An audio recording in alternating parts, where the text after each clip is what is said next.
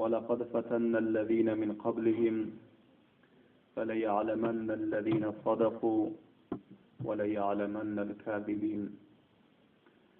صدق الله مولانا العظيم. وقال رسول الله صلى الله عليه وسلم: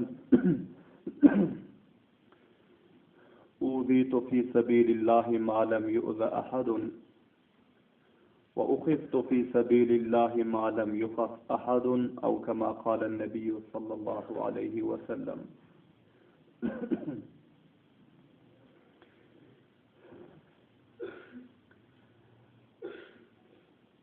Aziz kadirli, hürmetli, uzağı yakından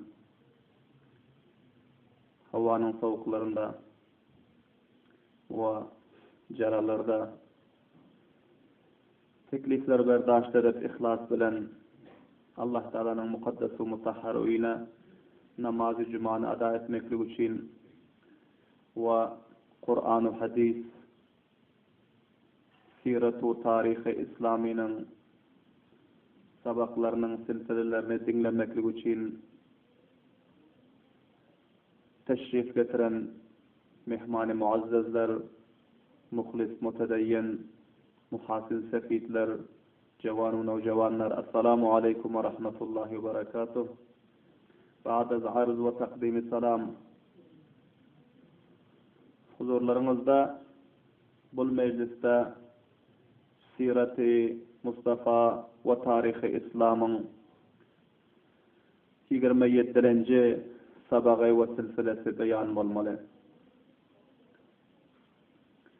Önkü mecliste huzurlarınızda beyan oluptu ki Peygamber sallallahu aleyhi ve sellem nübüvvet-u risalatın elanını alaniye, açayana ve aşikara şuru edenden son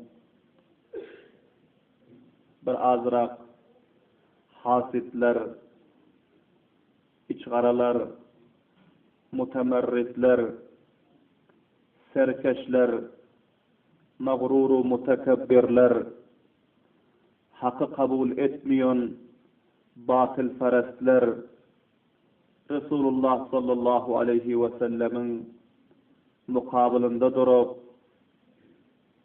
hakkı, İslam'ı ve Kur'an'ı bendetmeklige koşuş ettiler.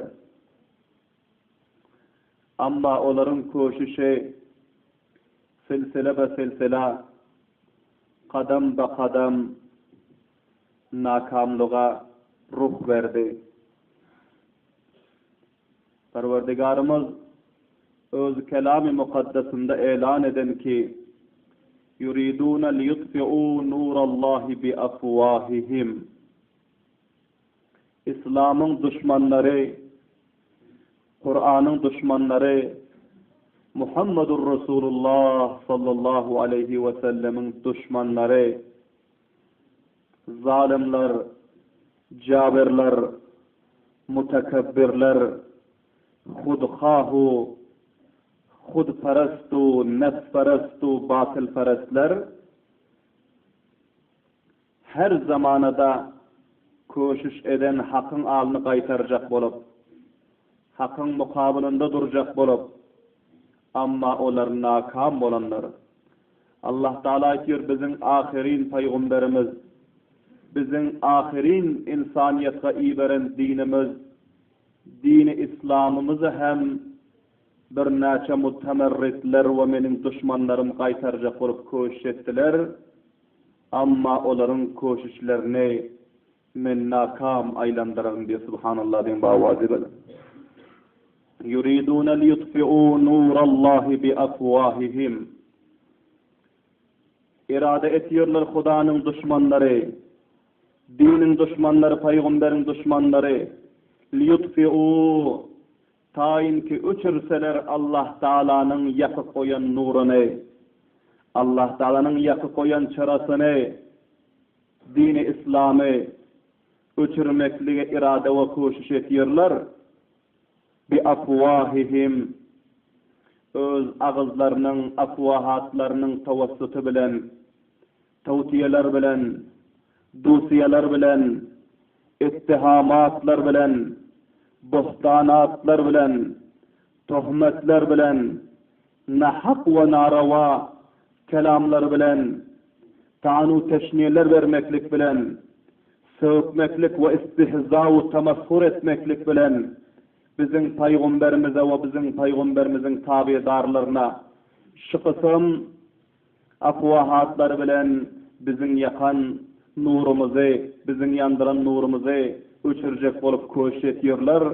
Lekin bilsinler ol dinin düşmanları ta kıyamataça her kimi ki menin yakan nurumu, menin ravşen aylandıran çırağımı uçurmeklige koşuş etse ol nakam kalmalı. Vallahu mutimmu nurihi. Allah Teala öz nurunu, öz yaxtılığını tamamga ve kamyaplığa yetiştirgüçüdür. وَلَوْ كَرِهَ الْمُشْرِكُونَ. Egerçi müşrikler, وَلَوْ كَرِهَ الْكَافِرُونَ. Egerçi kafirler onu halamasalar hem diyor. Vakian Allah Teala'nın yandıran nuru tekmile yetişti. Oruca yetişti dünyanın kuncu kanarasına. Muhammedur Resulullah sallallahu aleyhi ve sellemin kurbanlığı ve çariyarların canlisarlığı, fidakarlığı, birleku 44 bin sahabanın, moysefidu cevanlarının canu mallarını fida etmekliği bilen, ol çıray ki 1400 yıl evvel yakıldı, hala çellin onun nuru, tamamı kure-i zeminin guşa ve kenarlarını yaktıldık dur. Hala hiçbir eber kudret, hiçbir zalim, hiçbir sitemgar, hiçbir mutakabbir, hiçbir süper takatın özü bul kudret, bul nuru uçurip bilen yok ve kıyamata uçurip bilmiyor inşallahul aziz. Şol cihetten tarihten sabah almalı. Tarih-i İslam'dan sabah almalı. Peygamberimizin siretlerinin, zindagi namalarının sabah almalı. Kadam ba kadam Peygamberimizin zindagi namasına erişmeli ve Peygamberimizin sahabalarının yollarını mahkam tutmalı. Ta ki bizler hem öz şoğbayı zindagimizde cevan-ı moysefid, bayu garib, ayalu erkek hemmelerimiz destbedest ittifak ve ittihad bulup kadam ba kadam kamyaplığa, izzet-u abroya, hayru berekete ve muvaffakiyetu ve kamyaplığı kamranlığa yetişerimiz yana bizlerge muhim ve zaruri ki öz mahbub peygamberimizin Allah Teala'nın ahiri peygamberi ki bunların siret-u savanihu zindagi namalarını özlerimizge pişva-u, rahnama-u, muqtada-u imam tutmalar Allah Teala muvaffak etsin. Amin deyin bavazi belen.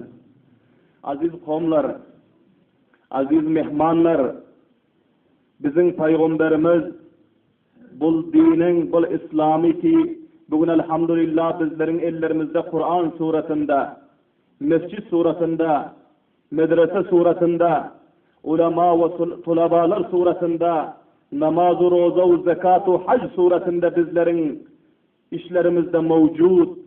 Bul dinin bunyan güzarlığını, bul imaretin tadavını, bul darahtın damar uruşesini bizim peygamberimiz öz kanları bilen puht ettiler. Bizim peygamberimiz manglayının derleri bilen mahkemu mezbut ettiler. Bizim peygamberimiz gözünün yaşları bilen köt verdiler. Bizim peygamberimiz sermaye-u devleti bilen ve öz dostu rafikleri Hazreti Ebu Bekir Sıddık'ın 40 bin tillası bilen bul dinin sengi tadabını koydu. Hazreti Osman-ı Gani'nin sahavati bilen bul dinin tadabını koydu. Hazreti Ali'nin şücaatu, şiir bahadarlığının kuvvetu takatı bilen bul dinin bunyadını koydu. Ve hemçinan Hazreti Ömer Faruk'un kuvvetu takatu, himmetu gayretinin tavassutu bilen bul dini İslam'ın düğü damarını puhtaladı. Ve hemçinan birleku 44 bin sahabaların kanları bilen İslam'ın damarına Muhammedur Resulullah köt verdiler. ve onların bedenleri parça parça olup İslam'ın rişesini gömüldü. Şol cihetten bu İslam'ın bayrağı kıyamataça serbulen ve bu İslam'ın daraktı kıyamataça sersebzu şadap olmalı. Hiçbir zalim o, şikencegar o, sitemgarın özü bu İslam'ın bayrağını serbülgün edip bilmiyor ve bu İslam'ın serseb daraktını kırkıp bilmiyor ve bu İslam'ın tokta imaretini yıkıp bilmiyor inşallahul-aziz.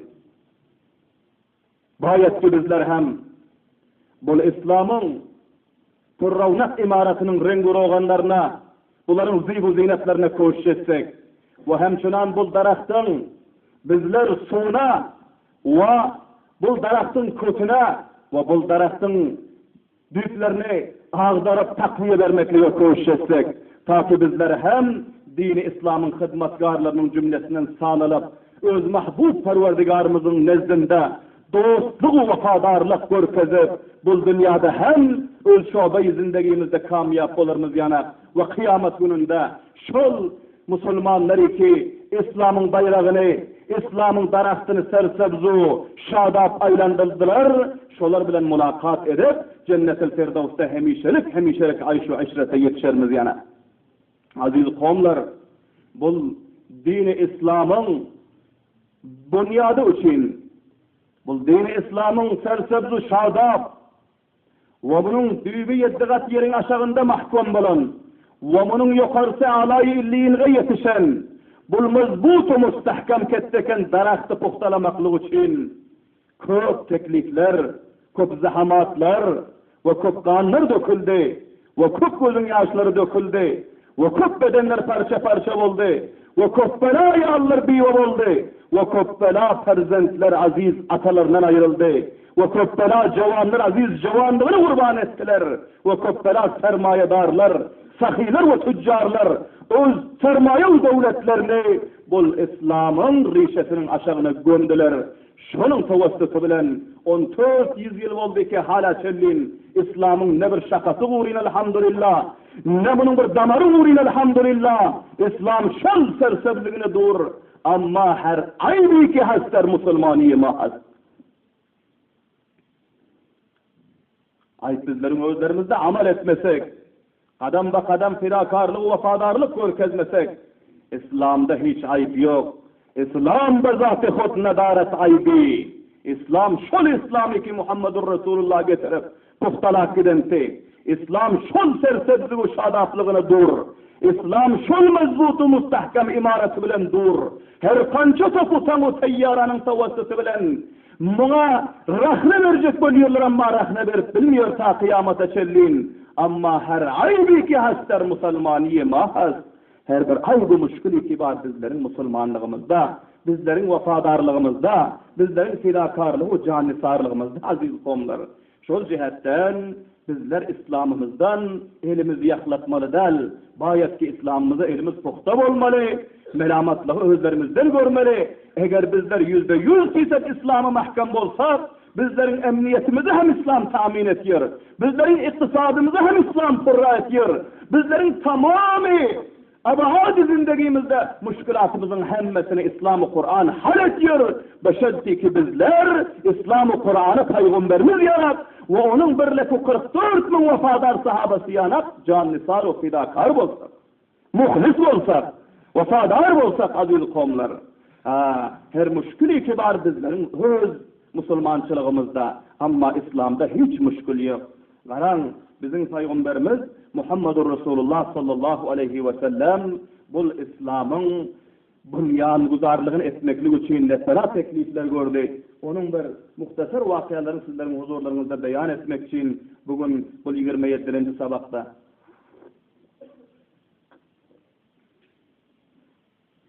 hemmelerinize bar eşitmekliğiniz sebepli malum ki Peygamber sallallahu aleyhi ve sellem'ge avvalin koştakım bolan ve bunların ayağından alan ve bunların mukabiline turan öz inağalarından ve öz atalarının doğanı Abu Lahab'ti.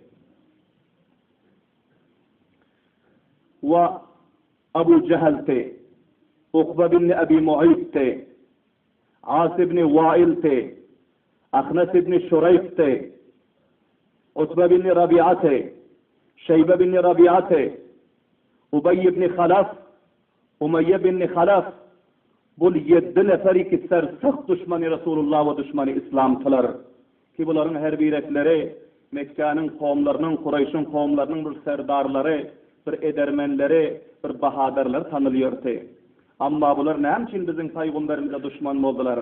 Halanki bizim peygamberimizi 40 yaştan evvel peygamberlik verilmezden evvel çok yaxşı görüyordular. Emin tanıyordular. Ve Muhammed'i emin deyip ona lakap veriptiler. Hemmesi izzetu ihtiram ediyordular. Lakin Peygamberimiz sallallahu aleyhi ve sellem'e peygamberlik verilip davet vazifesini şuru edenden son bular näçe muhalif boldular. İlleti nämeti bir näçe illetleri kablan hem huzurlarınızda beyan boldu. Ve illetlerin birisi şulti ki bular mağrur mutekebbirtiler. Özünden başkanın izine ereşesi gelen yoktu. Hemme bayet bizlerin izimize ereşsin. Bizler merdum izine ereşmer diyordular. Vaktiki Peygamber sallallahu aleyhi ve sellem bunlara İslam'ı fiş etti. Bunlar Peygamberimizin izine ereşmeli oldular. Bunlar Peygamberimiz özüne Peygamber tanımalı oldular. Bunların serkeşliği, mağrur mutekebbirliği bunları koymadı. Ve bunlara şeytan vasvas etti ki sizler yanak kette serdarlar, sermayedarlar, muysefitler, Muhammed yanak bir yetimin, bir garib-u miskinin izine ereşip yürüseniz, bol sizlerin şan-u şevketinize hilaf olur dedi. Bunlar nefsu şeytanın aydanına gittiler. Ve ikilinci, bunlar gumar ettiler ki Muhammed'in izine eğer bizler ereşsek, bizlerin haysiyetu, abroyumuz, bizlerin ketteligimiz, mansabu çökimiz elimizden gider dedi. Ana bu mansabu çökinin hirsu havasında ve şunun bahilliğinde peygamberlerimiz bilen bular muhalif oldular.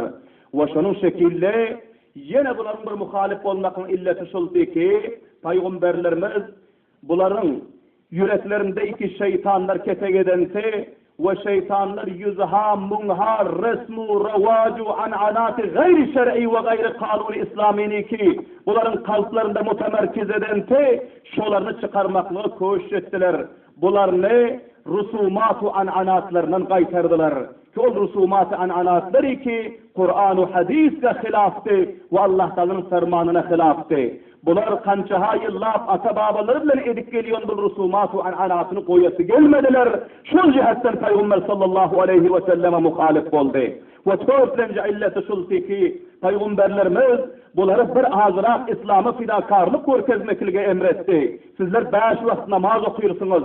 Bunlara katı kıyın göründü. Zekat vermeli. Bunlara katı kıyın göründü. Malı masraf edecek olsak, canı masraf edecek olsak, giyceler uykudan kalacak olsak, mağlayın beri bedel olup tapan mallarımızı harc edecek olsak, bundan hem din bolar mı, bundan hem İslam bolar mı, bunu yapmadı bunlara canı fidakarlık görkezmeklik ve malı masraf etmeklik bunların yüreklerine yakmadı.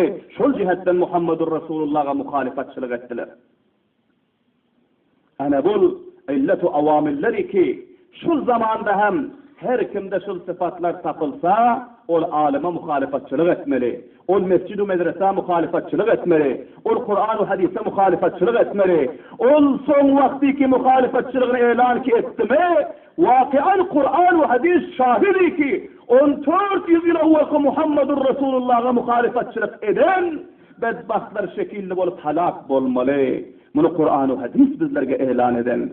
Şol cihetten bayet ki bizler tarih İslam'ı mutaliye etsek ve tarih İslam'da her kimi ki Kur'an-ı hadise Resulullah'a onun dinine muhalifetçilik ettir o adamları tanıysak, onun sıfatlarını tanıysak ve özlerimizi şol sıfatlardan saklayacak olup köş etsek aziz kavmları. Hudayın akasında bizlerim yani Abu Leheb yani halak olmarımız yani. Abu Leheb yani betnamiz zamanı olmarımız yani. Abu Leheb'i ta hala 1400 yıldan beri bir adam adını tutsa la'anahullah diyor. Allah'ın laneti onun üstüne olsun diyor. Hiç kim bir duayı hayır onun hakkını eden yok. Nemçini ki İslam'ın damarını teşhurantı. Muhammedur Resulullah'a teklif verenti. Kur'an-ı hadisi yukarına çıkantı. Ve şunun şekilde Abu Cehil kişiliği işe encam verip ona Firavun'u ummet dip ad veriliyor. Kıyamata şu onun adı tutulan tillasını ona merdim lanet aytıyor. Ve onun caiz cehennem oldu. Betnamiz zamanı oldu. Nemçin şu bet sıfatlar onlarda varsa aziz kavimler ki Kur'an-ı hadisin mukabiline çıkıp mağrur-u mutekebbirlik ettiler. ve Resulullah sallallahu aleyhi ve sellem'e hasap etmezlik ettiler. Ve enva'u aksam azapları Peygamber sallallahu aleyhi ve sellem'e teklifler verdiler. Ve mutaaddet rivayetlerde geliyor. Peygamber sallallahu aleyhi ve sellem'e bu düşmanlardan yetişen teklifler nihayet kasıtı. Tarık İbni Abdullah Muharibi radıyallahu ta'ala anhu ve Rabi'a İbni İbad radıyallahu ta'ala anhu bunlar rivayet ediyorlar. Muteveccih olan. Bizler Mekke'nin pazarında, Mekke'nin iki pazarı vardı, birine Ukkaz diyordu, birine Zulmecaz diyordu. Şu pazarlarda barıptık diyor. Gördük ki bir hoş çehre, ba-ahlak, kadu kavarası beraber ve şekli sureti bilkul beraber bir yakşı adamın özü merdimlerge kıygırıp davet verip diyor pazarda. Ya eyyuhan nas kulu la ilahe illallahu tuflihun. Ey merdimler la ilahe illallahu deyip aydınlar. Ve la tuşriku billah. Allah Teala'ga şerik getirmenler. Ve abuduhu. Allah Teala'ga ibadet edinler. Vahdehu. Yekkev yegane Allah Teala'ga ibadet edinler. Butların ibadetini koyun.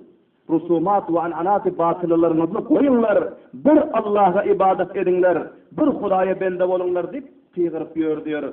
O merdiven o taraf karışıyor diyor. Muteveccih oluyor ama yüzünden kara gördük bir adam vardı. Gözü kıyışıktı. O yüzleri mocif duran bir adam vardı.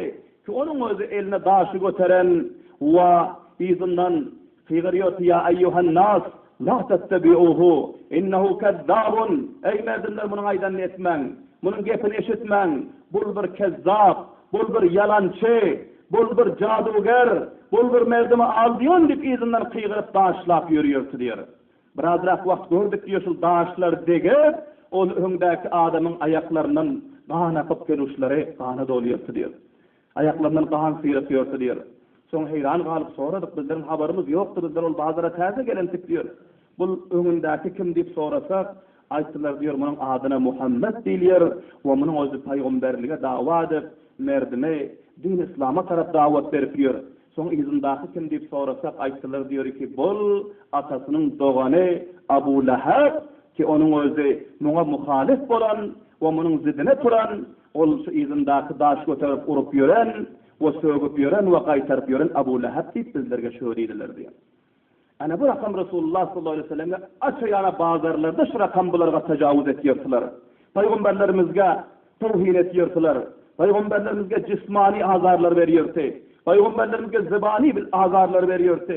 Vakti ki bu Abu Lahab'ın barasında Sure-i Lahab Sure-i Tebbet'in özü nazil oldu ki onun tefsirini kablan hem huzurlarınızda beyan ettim.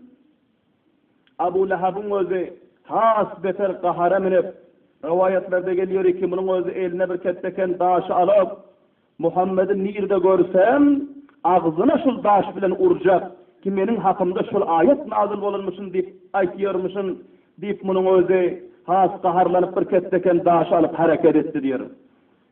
Peygamber sallallahu aleyhi ve sellem ekseri Hane-i Kabe'nin yanında ibadet ediyordular. Şu yere geldiler.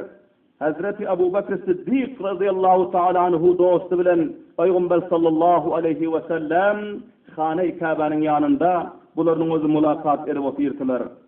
Vakti ki bunun özü şul kahru gazap bilen gelenti amma Allah tebarek ve taala Peygamber sallallahu aleyhi ve sellem öz mahbub Peygamberinin hifazatını öz zimmesine alantı. Şol cihetten öz düşmanlarına uymuyordu ki Peygamber sallallahu aleyhi ve sellem saat kança oldu? Peygamber sallallahu aleyhi ve sellemi düşmanın elinde koysa Hazreti Ebu Bekir Siddiq radıyallahu ta'ala anhu rivayet ediyorlar. Abu Lahab'ın özü menin yanıma geldi. Menin kaptalında Muhammedur Resulullah durdu amma beni gördü ve Peygamberimizi görmedi diyor subhanallah din bağvazı bana. Son benden sonra diyor ve ayıttı diyor ki senin dostun Muhammed ne oldu? Nereye gitti? Eğer şunu görasam şu elimdeki daşla ağzını vurup dişini dövecek deyip diyor nauzubillahi min zalik. Benim hakkımda bana şu rakam ayet nazil oldu deyip tilavet ediyormuşum. Tebbeti yeda Abi Lehabin ve tab ma agna anhu maluhu ve ma keseb. Menin halaketimi elan ediyormuşsun. Ve menin maallarımın, ahli avlatlarımın halaketini elan ediyormuşsun. Eğer men görasam, onun ağzına şilerimdeki daşlarını urcak deyip söyleyip diyor. Ve son yüzünden ayıttırıyor ki, kasam içi ayıttırıyor ki Muhammed'den göre men ukterek şair deydi diyor.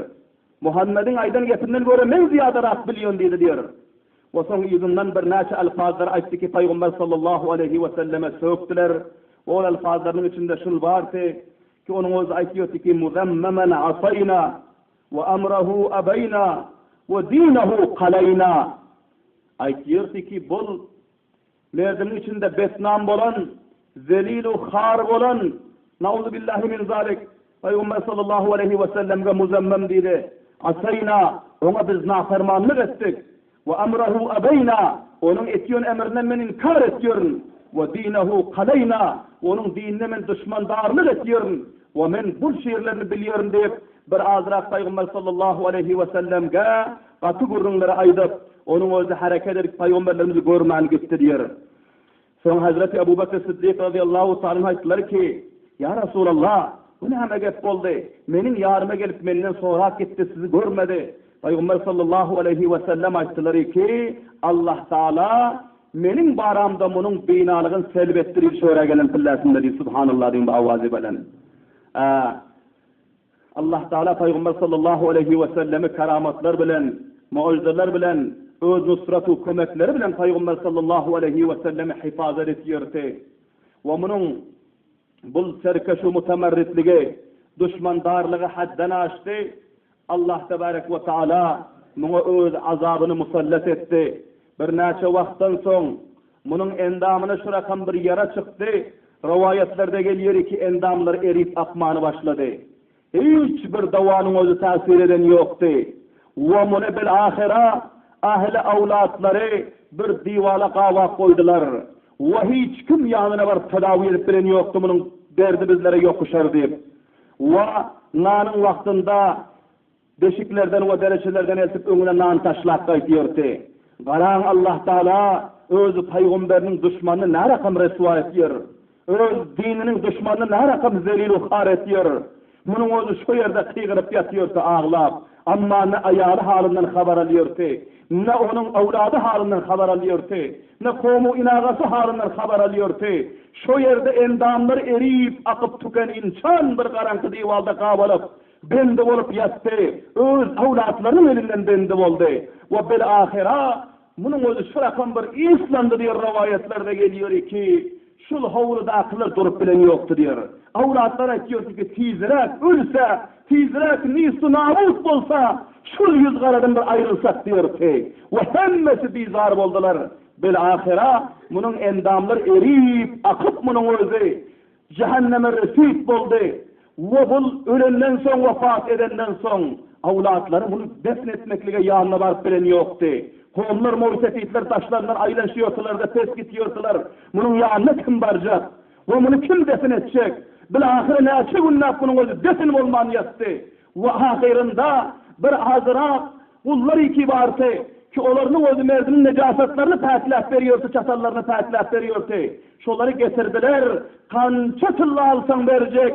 Ama şul necasatı çatalı bizlerin ortamızdan götürüp versen diye Allah Teala necat versin. Amin diyeyim avazı verin. Allah Teala öz kahru gazaplarından necat versin. Allah Teala öz dünyevi ve uhrevi azaplarından necat versin. Allah Tebarek ve Teala'nın özü bizlerge hakka muhalefetçilik etmeşliğe hemmelerimize tevfik ve hidayet nasip etsin. Aziz kavimler Allah Teala'nın kahru gazabı köp yaramaz. Şol cihetten ihtiyat etmeli, tövbe etmeli, istiğfar etmeli, Kur'an ve hadisi mahkem tutmalı, Peygamber onun varislerine ihlas etmeli, mescid-i medresege cari ve mari hemkarlık etmeli. Hudayna kastı eğer muhalefetçilik edası, Ebu Cehal'in üstüne doğan gün Hudayna kastı bizlerin üstümüze doğasa, bizlerin daha da feryadımıza kim yeter? Allah Teala necat versin. Amin deyin bağvazı bilen. Böyle ahira onlara köp pullarını, köp dirhem dinarlarını vaat edip, onların özü burunlarını takmağa keralerden çolak geldiler ve ondan son iki rivayet var. Bir rivayette geliyor ki şu üyünün kaptalından bir çukuru kazıp kette demir şakaları ve tayakları desteklerden itelediler diyorsa çukurun içine taraf diyor. Ve yine bir rivayette geliyor ki hatta şonadan imkanı olmadı yanını bartılmediler. Şol havlin üstüne, şol divanın üstüne oturun dediler. Şol yatan divanın üstüne oturup ondan sonra taşta öğrenip topur taşlap şol tarikada onu defnedip gömüp taşladılar diyor. Karan düşmanı Huda, düşmanı Resul, düşmanı Kur'an, düşmanı mescid, düşmanı medrese, düşmanı sahaba, düşmanı ulema ve tulaba ne yakın Huda-i Teala'nı bu dünyada resva etti, zelil-u khar etti, tebahu berbat etti, betnam etti tamamı kavmin içinde. Ve ahirette hem Allah Teala ilan etti ki sayasla naren zâte lehebin ve mra'atuhu. Ayağını bilen özünün ikisine hem cehennemin oduna biz dahil edersiniz. Allah necat versin amin diyeyim avadı. Ve cehennemilik hem ilan oldu. Ve bu dünyada hem Allah Teala kahru gazabına giriftar etti. Aziz kavimler, bu tarihi İslami'den sabah almalı. Peygamber sallallahu aleyhi ve sellemin düşmanlarını tanımalı. Kur'an ve hadisin düşmanlarını tanımalı. Onlar Kur'an ve hadis ve din İslam'a nehme düşmanlarlık ediptir bilmeli. Ve onlar ne rakamda tabah oluptur agah olmalı. Ve özlerimizi şol yaramazlıklardan, şol habasatlardan, şol bed sıfatlardan saklamalı. Muhlis olmalı. Fidakar ve canisar olmalı. Peygamberlerin çağrıyanları ve sahabeler yana Kur'an ve hadise ihlas etmeli. Din-i İslam ve Kur'an'a ihlas etmeli. Ta ki dünyada abrumendana, muvaffakane zindelik edip ve kıyamet gününde hem Allah Teala'nın bendihanasının necat tapıp mihmanhanasının cayalarımız yanak. Allah Teala hemmelerimizi muvaffak etsin, tevfik ve hidayet nasip etsin. Allah Teala'nın o ziyarda aydanlarımıza ve eşlenlerimize amel etmeklige tevfik ve hidayet nasip etsin. Rabbena teqabbel minna inneke entes semiul alim ve tub aleyna inneke entet tevvabur rahim. Allahümme sellim dinana ve sellim imanana وزين أخلاقنا وثبت أقدامنا وانصرنا على القوم الكافرين برحمتك يا أرحم الراحمين.